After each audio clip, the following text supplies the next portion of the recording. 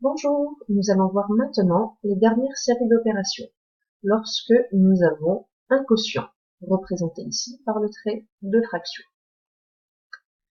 Comme nous l'avons vu dans le cours, lorsque nous avons une opération au numérateur ou au dénominateur, c'est comme si nous avions des parenthèses autour de cette opération.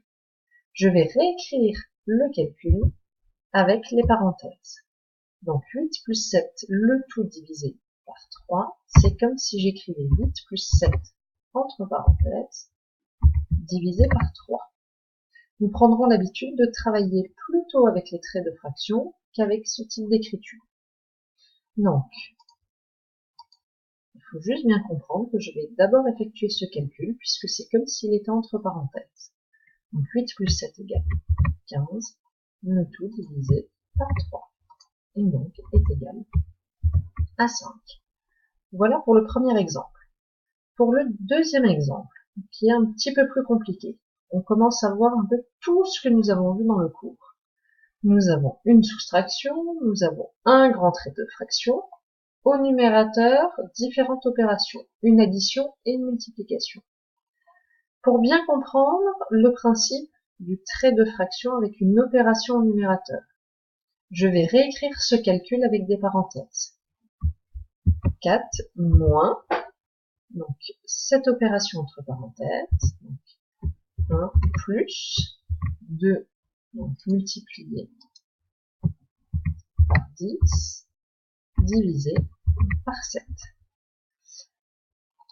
Comme tout à l'heure, je vous ai dit que nous allons plutôt travailler avec l'écriture fractionnaire plutôt qu'avec ce type d'écriture qui peut prendre beaucoup de place et pour lesquels on peut avoir beaucoup de parenthèses ou de crochets sur des calculs plus compliqués. Nous allons juste bien comprendre que c'est le calcul entre parenthèses qu'il faut effectuer en premier. Donc en fait, c'est ce qui est au numérateur ici que nous allons commencer par faire. Au numérateur, nous avons une addition et une multiplication. Rappelons-nous du début du cours qui nous dit que la multiplication est prioritaire par rapport à l'addition. Donc, je réécris 4 moins, alors je vais mettre mon trait de fraction. Au numérateur, j'effectue cette multiplication. 1 plus 2 fois 10, 20, sur 7. Je vais continuer à faire ce calcul.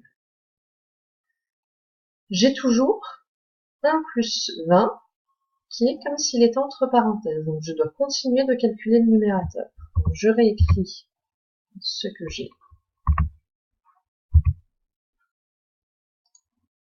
au début.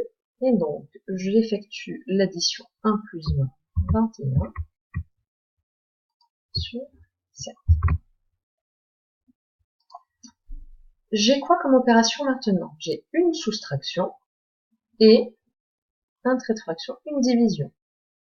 La division est prioritaire par rapport à la soustraction. Je dois donc d'abord effectuer le calcul 21 divisé par 7.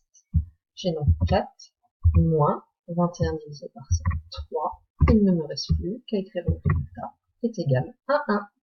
Voilà pour la série d'exercices.